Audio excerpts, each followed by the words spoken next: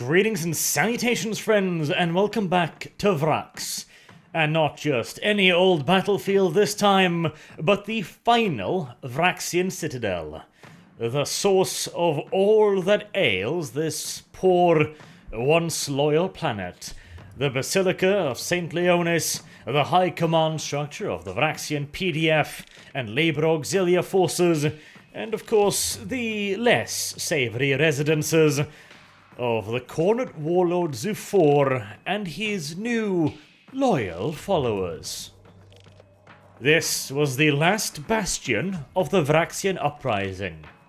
When it was finally brought to its knees, the war on Vraks, which had lasted for a torturous 18 years, would finally be over.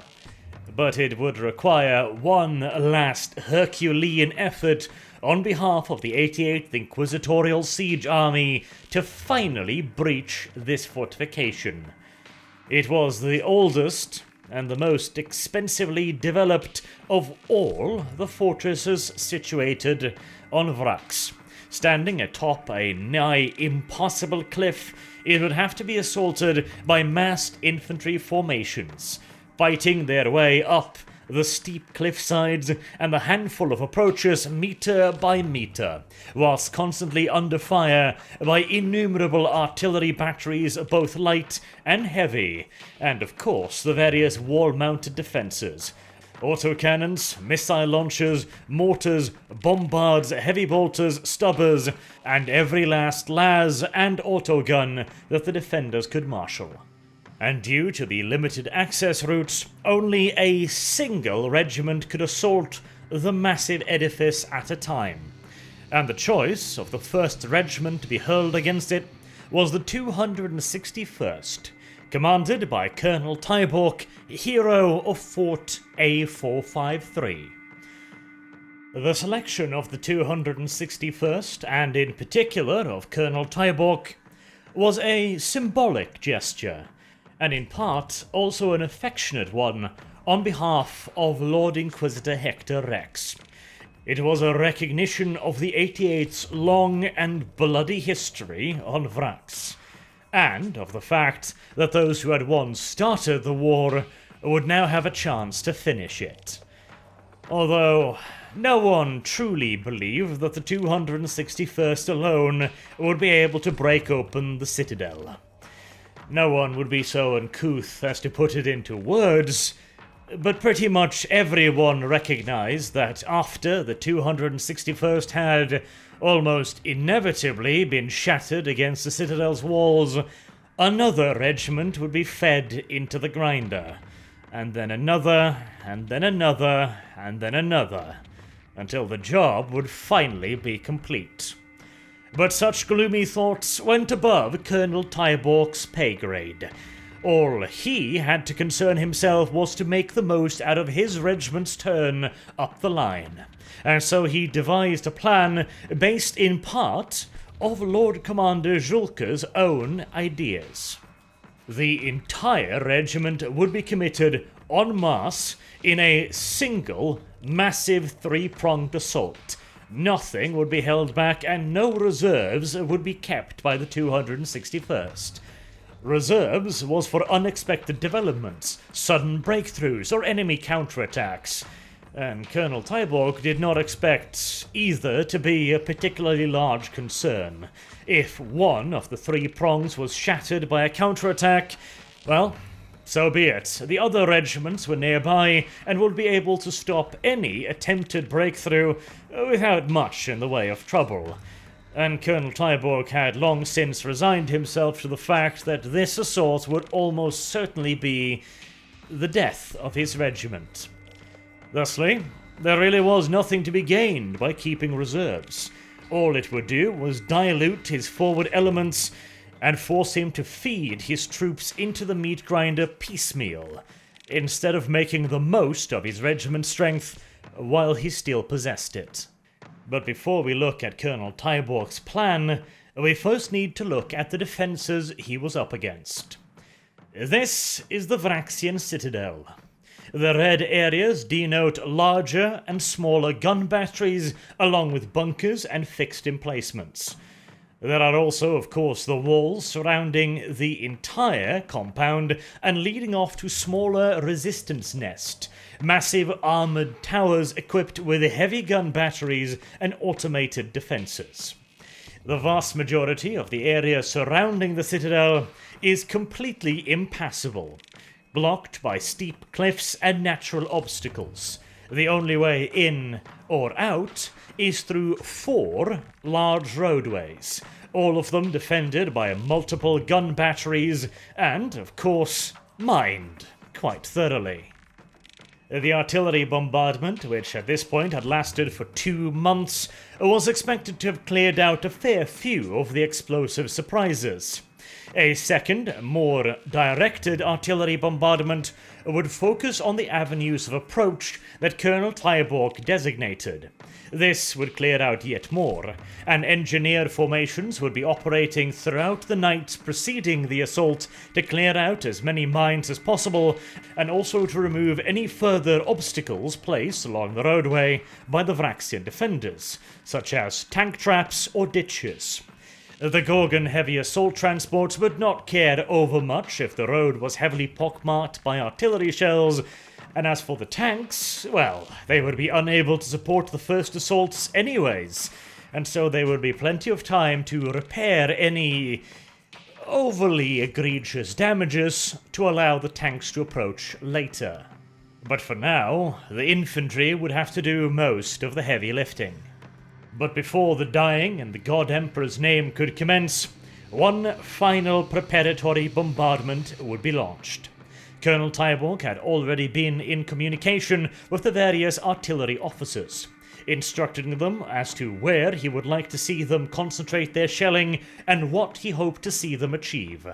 The primary objective, of course, would be to clear the approach routes so that the heavy assault transports could carry the infantry into assault range.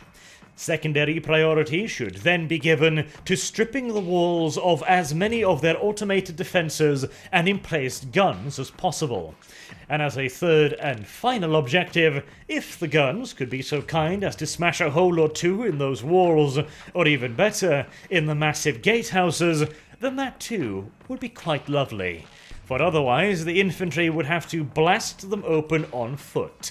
This would necessitate the deployment of Death Corps engineers with specialized detonation packs and shaped charges, and would also require a lot of time. Time which the assaulting elements would then have to spend sitting prettily outside of the walls, fully exposed to their defenses. Now granted, at this point, the 15,000 guns of the 88th had been bombarding the fortifications for nigh on 2 months, and one may be excused for wondering what one more bombardment could possibly achieve. But, well, the Death Corps of Krieg is not the questioning sort. And besides, a touch of light support shelling has never hurt anyone. Except for the people it kills, of course. And after the barrage, the assault would begin in earnest.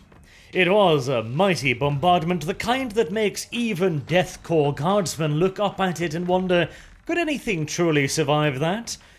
In despite of the fact that they know that that query will be answered with a resounding yes in a very short period of time. And the first group of poor bastard guardsmen to receive that yes was a diversionary attack up the northern slopes. This was an ad hoc formation made up of various elements of the other companies of the 261st. The men had been specifically selected for their skills at skirmishing and marksmanship. They would form an improvised light infantry formation that would attempt to make their way up the northern slopes, outfitted with specialized climbing equipment and weaponry.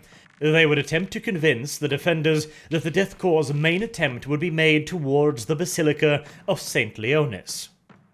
It was hoped that the perceived spiritual importance of the Basilica would convince the defenders that the Death Corps really were crazy enough to try and take it, despite having to do so up the near impassable slopes of the northern side, and thusly redeploy considerable numbers of troops to counter this perceived threat. Once the skirmishers were fully engaged, the first company would then move up, At first they would pretend to reinforce the light infantry, but as they came within range of the enemy's defences, they would then swerve off and make a beeline straight towards the Cardinal Gate. The first company would be supported by Gorgon heavy assault carriers, and they would lay down a withering covering fire. It was hoped that most of the enemy's defenders would at this point have been deployed to defend the Basilica, leaving the gate open to a sudden assault.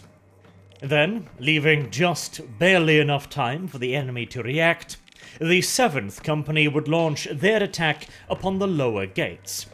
This was expected to be the least heavily defended of the day's 3 objectives, and it was also expected that when the enemy realized that they were under attack on 2 completely separate areas of the citadel, they might be thrown into confusion as to which attack was truly the real one.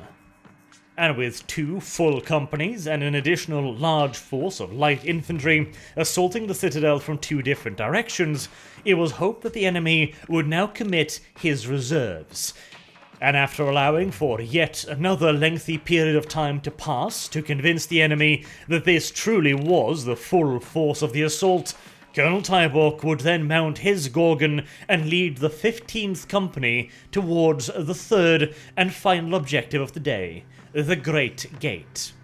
The 15th Company would rush towards its objective as quickly as possible. Relying on the enemy having already deployed their reinforcements, they would seize the outer defensive towers and then make towards the gate. Once the outer defences had been cleared out, Atlas recovery vehicles would be moved up. They would begin repairing the roadway approach to the gate and clearing out any remaining mines, after which the 5th Armoured Company would be sent in to support the Grenadiers of the 15th Company. The armoured vehicles would have to proceed up the sole approach route in single file, and any tank that got knocked out would simply have to be pushed straight off the precipice by the following tank.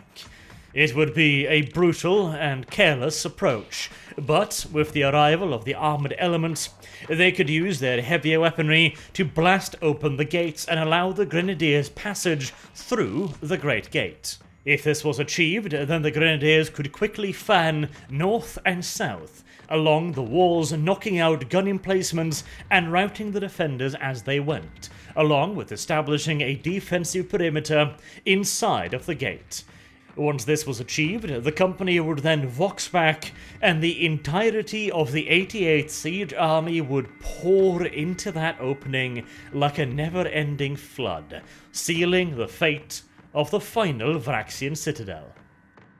As far as plans go, it certainly wasn't a bad one, and as far as plans meant to assault a nigh-on impenetrable fortress went, it was actually a fairly good one. If the enemy was so cooperative as to move in the way that Colonel Tyborg wished, then maybe, just maybe, the Great Gate could be breached. And once it was down, the game was pretty much up for the defenders. And the assault upon the Basilica of St. Leonis was a particularly nice touch, both because the defenders, regardless of whether or not they had now gone fully chaotic or still under the command of the Cardinal, would almost certainly expect the Imperials to make a concerted effort towards what they expected them to think of as the primary objective. And considering the loud and vehement objections on the behalf of the ecclesiarchy in the months preceding the assault, they were not necessarily wrong either. And if the Cardinal was still in command, it was an even better bet that he would concentrate the majority of his forces to defend what he viewed as the seat of his power. And when then suddenly apparent reinforcements turn and instead attack the Cardinal Gate, an attack that is then swiftly followed by another attack upon the seemingly relatively unimportant lower gates, a man like the Cardinal might swiftly panic and place far more value on stopping these attacks than necessary. And hey, Lord Inquisitor Hector X had been getting really lucky for quite a while now, and perhaps some of that luck would rub off on Colonel Tyborg. And finally, the date set for the great first assault rolled around. Colonel Tyborg had organized his men. The first wave would be the light infantry making their way up the northern face. Then behind them would come the 3 companies in staggered series, with Gorgons leading the charge, with yet more foot infantry following up behind the Gorgons. The Gorgons would get as close as they could before either being knocked out or running into impassable terrain. Then it was up to the Grenadier elites aboard the Gorgons to charge out and seize whatever terrain they could, to bring up the infantry, which would then expand upon the gains by the Grenadiers. And so, meter by torturous meter, the 261st would advance. But first, of course, all of the guardsmen got to take in the light show, as practically every single gun in the 88th opened up for the preliminary bombardment. And once the men were done enjoying the fireworks, the first lines of light infantry began to move towards the northern slopes of the citadel. And if you were so unlucky as to find yourself partaking in this attack, this is probably where you would want to be if you had some ridiculous ambitions of living throughout the day, because this diversionary attack was expected to simply look like a real threat to the citadel without ever actually being expected to be a real threat to the citadel, which meant they needed to keep their numbers up and avoid unnecessary casualties. They would be allowed to advance as they chose, when they chose, in whatever fashion they so chose, and they could defeat the various Vraxian positions in front of them piecemeal, whilst enjoying the full support of rear-line artillery and armoured elements. And once the light infantry had drawn an appropriate amount of attention from the defenders, the first company was sent in the apparent manoeuvre to reinforce them. Then the Gorgons broke off sharply and headed towards the Cardinal Gate. And this is when the fighting really got started. The appearance of the Gorgons and their apparent direction towards one of the main gates made the enemy aware that this was not merely some skirmishing attack or probe. This was going to be an all-out assault. And so, the heavy Vraxian artillery, still located within the citadel and inside of the walls, began hammering down upon the first company. It didn't take long until the Gorgons were fully bracketed by anti-tank weaponry and artillery of every sort.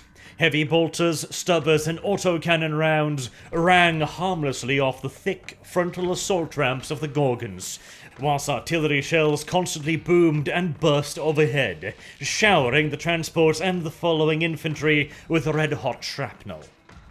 Behind the Gorgons followed armoured elements that would advance as far as practical, whilst adding their own firepower to the advancing transports, and in amongst them was yet further infantry and centaur light carriers, dragging the regiment's light artillery pieces forward. These guns would soon deploy and begin showering the internal area of the citadel with high-explosive fragmentation rounds. And finally, all the way at the rear, the Grenadiers would move up behind the tanks and behind the light artillery. The 1st and 7th Company would let the Guardsmen occupy the Gorgons and take the brunt of the casualties, whilst the Grenadiers were expected to expand upon any ground they took, unlike the 15th Company, where the Grenadiers were expected to gain the vital ground and then guide in the reinforcements. Progress was, as expected, slow and bloody. The 1st Company was advancing in the face of one of the remaining laser defense batteries, and its primary armament had not been disabled by the 2-month bombardment nor by the preliminary bombardment. And so its monstrous primary ordnance, the anti-orbital laser defense weapon, was slowly yet unavoidably lowered to point towards the advance of the 1st Company. The massive weapon was designed to engage targets in orbit, and its gun depression was not ideal for engaging ground targets, and the 1st Company would soon be out of its line of fire. But until they were, the Vraxian defenders were intent on wreaking as much havoc as possible. and their first shot certainly signaled their intention loud and clear to the first company. The hugely fat iridescent beam of blinding energy shot out from the battery and played across the advanced elements of the first company, leaving 3 full Gorgon transports as no more than molten wrecks. The men they once carried reduced to nothing more than ashen particles scattered by the hot winds. Off to the southeast, the 7th Company was beginning their advance on the lower gates, and running into just as fierce, if not even fiercer, resistance. To begin with, everything seemed to be working out just fine for the 7th Company. They would be approaching the lower gates, a relatively lightly defended, it was assumed, objective, and they would be crossing ground that had already been cleared out by the artillery batteries. The outlying areas had been hammered for 2 full months, along with the citadel itself and its void shields, and the enemy's positions on the approach were all expected to have been annihilated.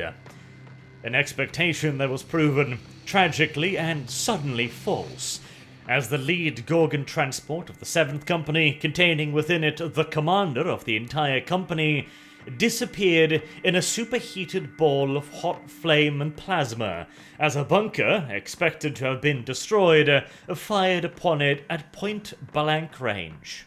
And seconds later, the entire column of the 7th Company found itself under sustained and murderously precise fire from point-blank range. Most of the bunkers was still intact, and was now hosing down the entire formation with heavy bolter, stubber, rocket, and las cannon fire. The rest of the Gorgons immediately dropped their assault ramp in a desperate attempt to disgorge their infantry complement before they suffered the same fate as the lead transport. But within mere moments more, virtually all of the Gorgons were either burning or retreating, with only some of them having been able to deploy their guardsmen. And the following infantry element suffered even worse than the Gorgons. They were still marching in tight ordered ranks in amongst the tanks, seeking what cover they could from the armoured behemoths, but exposed as they were from the close-range flanking fire that now opened up on them, hundreds died in seconds. The 7th Company had been caught squarely in the jaws of a Vraxian trap, and they would pay dearly for it.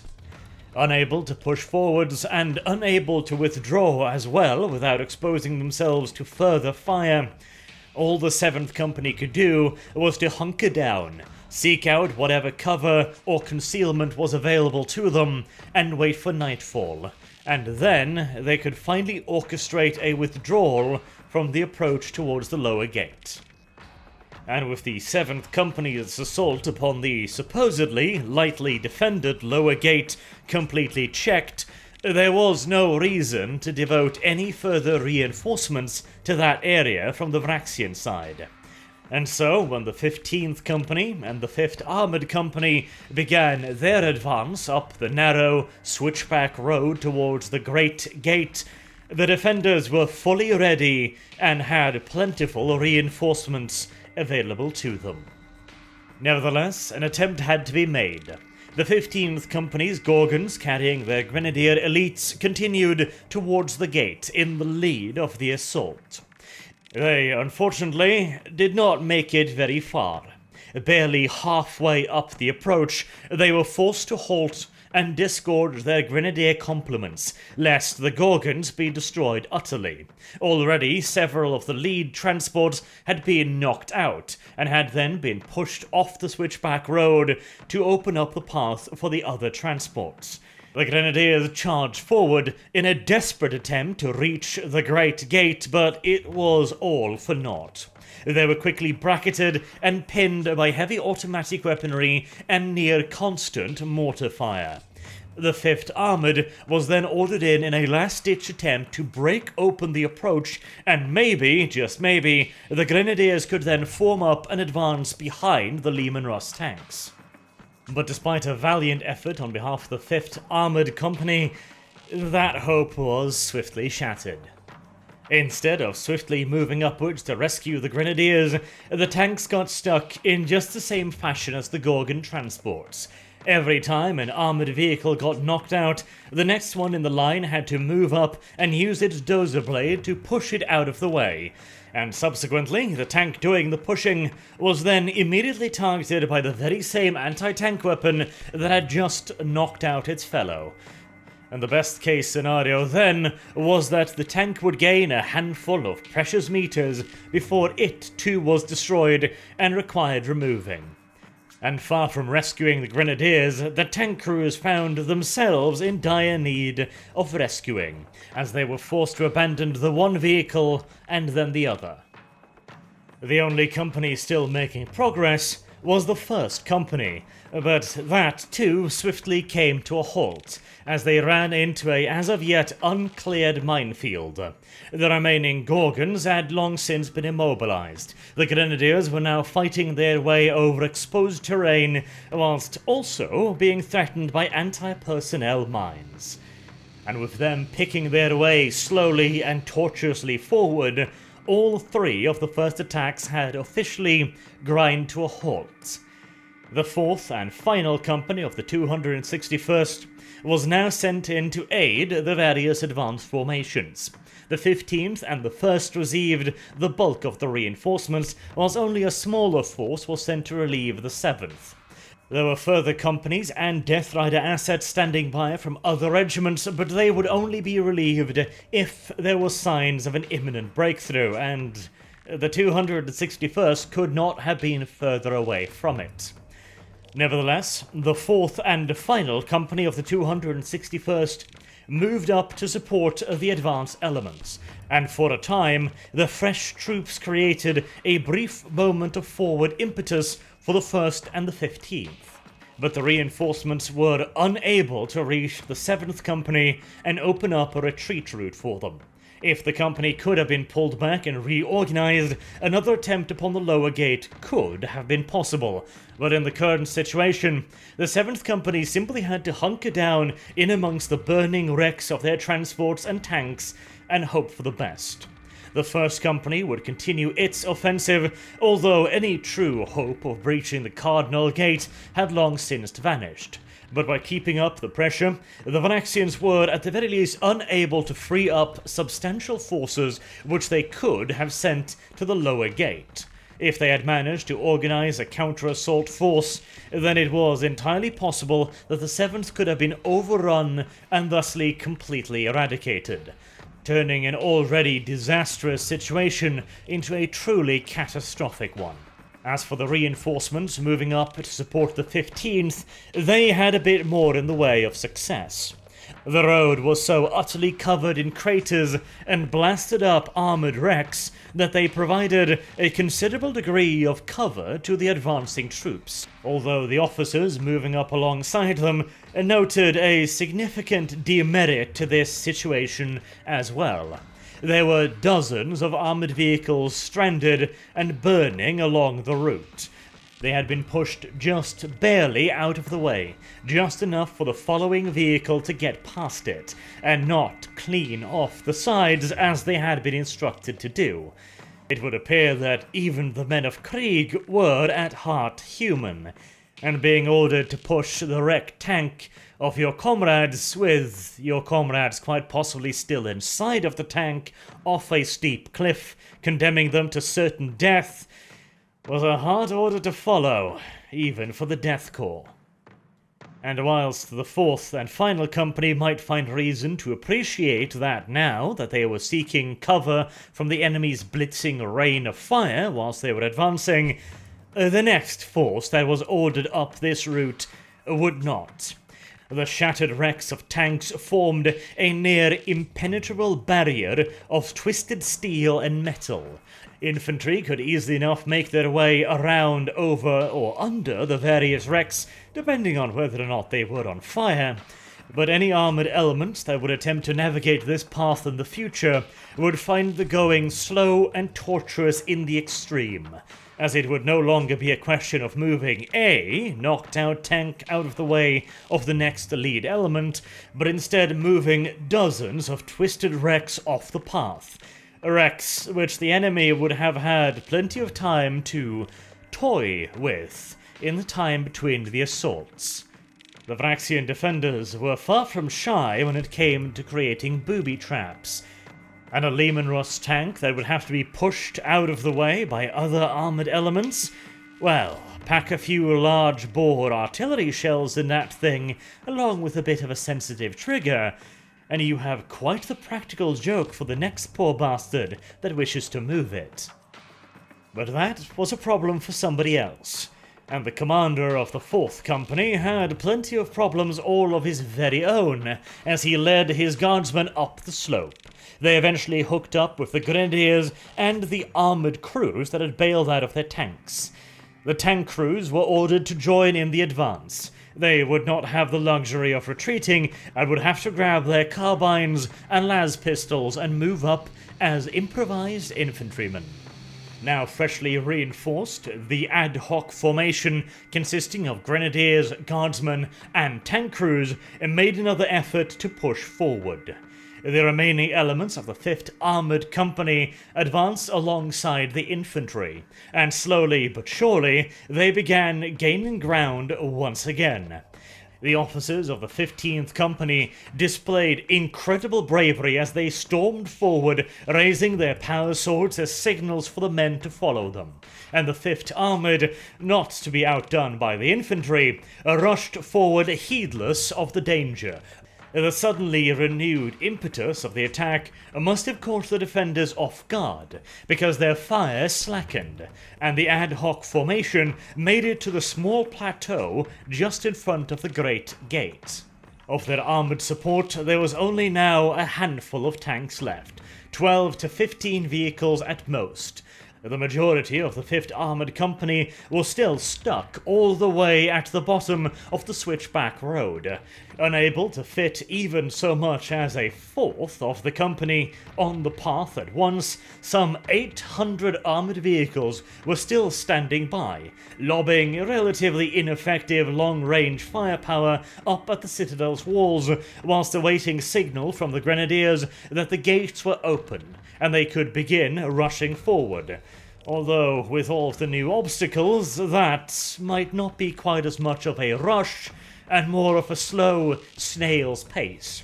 The commander of the 5th Armoured Company had already anticipated this and ordered Atlas recovery vehicles up just in case the rest of his tanks were needed.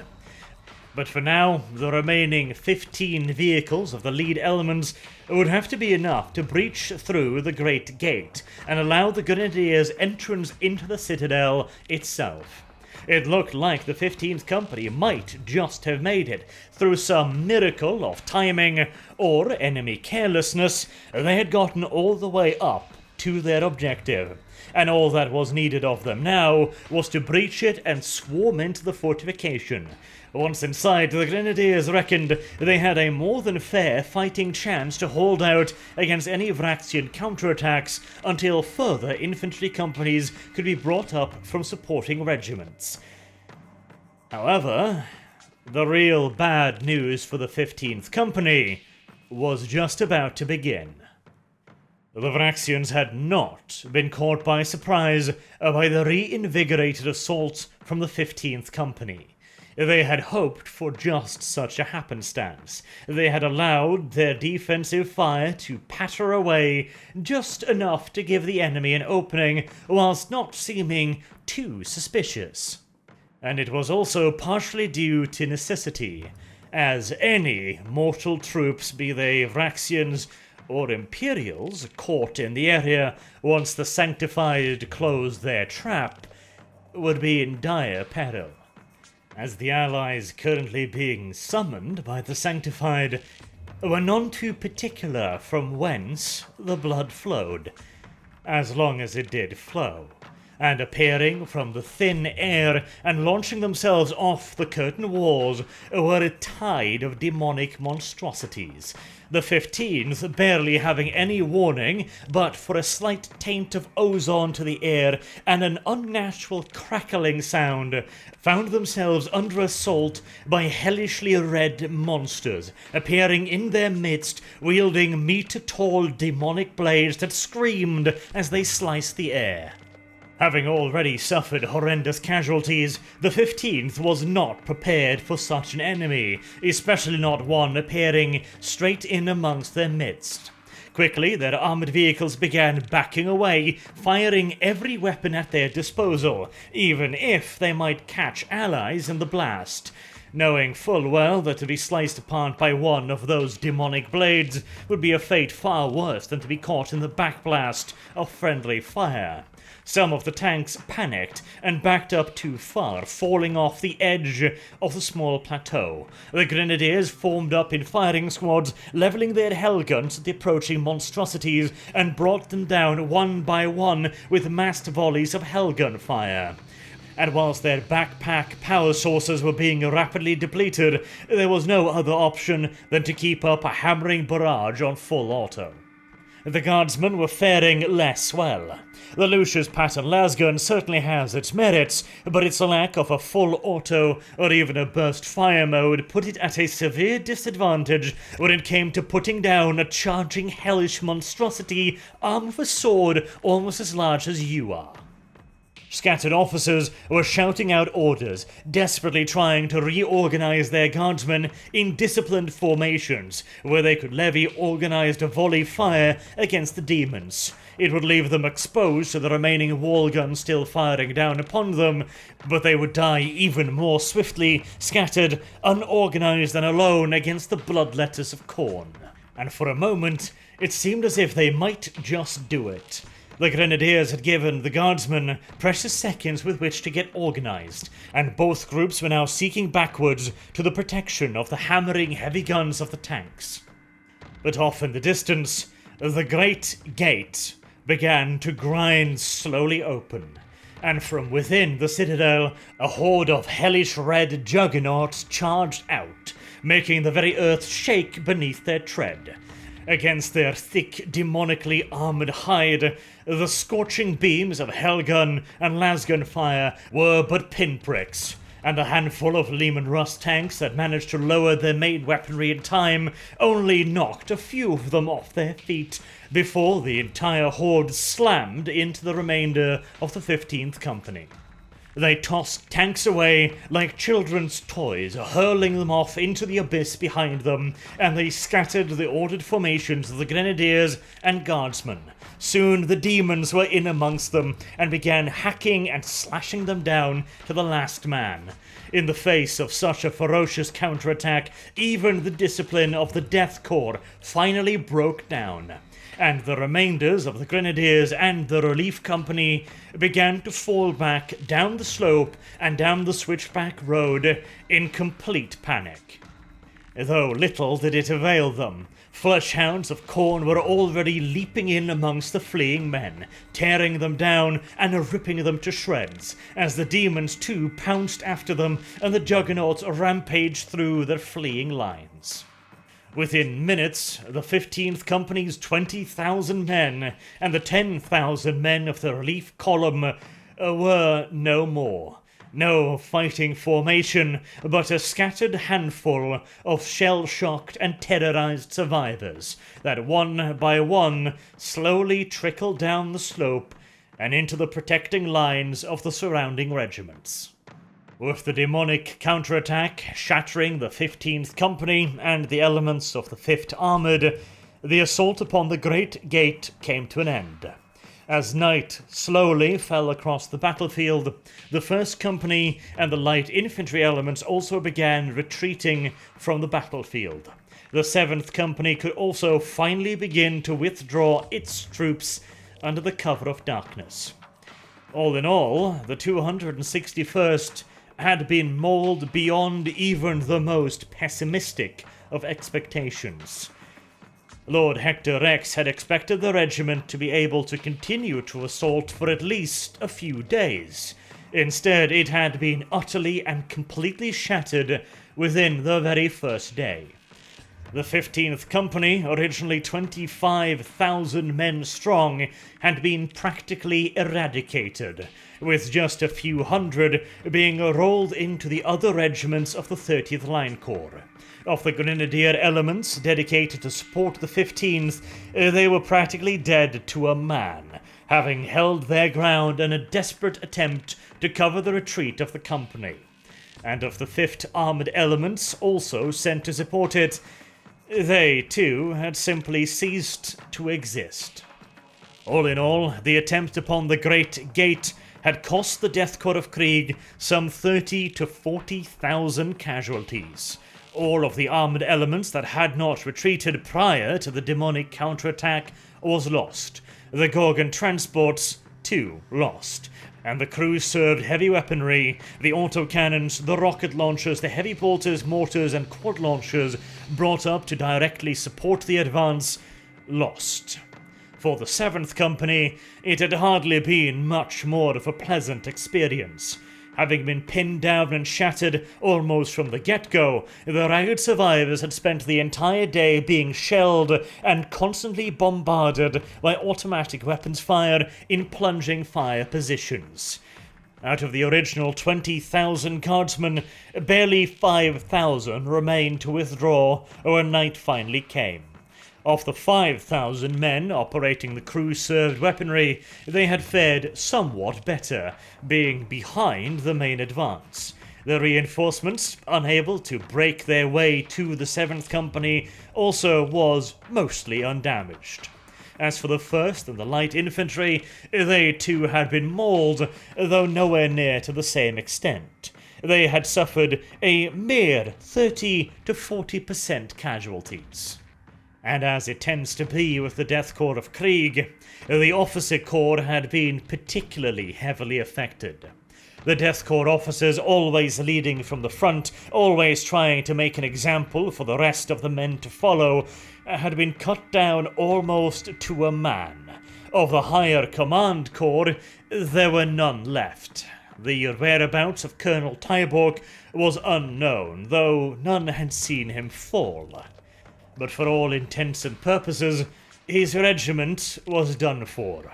Virtually all of the commissioned officers had died, and command of the 261st fell to the senior-most company quartermaster, who had survived by sheer virtue of the fact that his calling kept him in the rearward lines of the fighting.